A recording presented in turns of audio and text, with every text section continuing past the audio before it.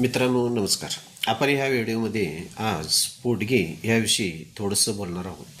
पोटगी काय होते, सरासरी मुली घटस्फोट घेत असताना मेहरबान कोर्टामध्ये ज्यावेळी घटस्फोटला अर्ज दाखल करतात किंवा एकतर्फी अर्ज दाखल करतात त्यावेळी त्यांचा पहिला प्रश्न होतो की मला पोटगी किती मिळेल. आता महत्त्वाची गोष्ट महिलांनी समजून घेण्याची आहे की ही पोटगी दोन प्रकारची असते. एक तात्पुरती पोटगी असते आणि दुसरी कायमस्वरूपी पोटगी असते. आता ही तात्पुरती पोटगी कशी मिळते, ज्यावेळी तुम्ही मेहरबान कोर्टामध्ये डेवीची किंवा इतर केस दाखल करता त्यावेळी तुम्हाला मेहरबान कोर्ट तात्पुरती पोटगी मंजूर करते.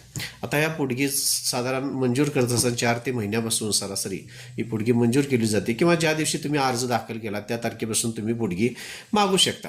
आता ह्या पोटगीचा कालावधी किती असतो, एक तर तुमचं काम चालूच तर मेहरबान कोर्टातलं काम चालूच तर तुम्हाला पोटगी मागण्याचा अधिकार हक्क आहे.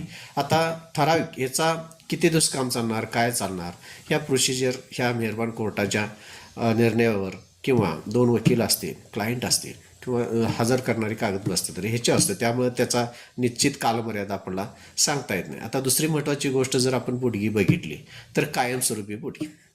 कायमस्वरूपी पोटगी मंजूर होण्यासाठी बराच कालावधी लागत असतो. अशा पद्धतीनं साधारण 2 प्रकारचे पोटगी असते. नमस्कार मित्र.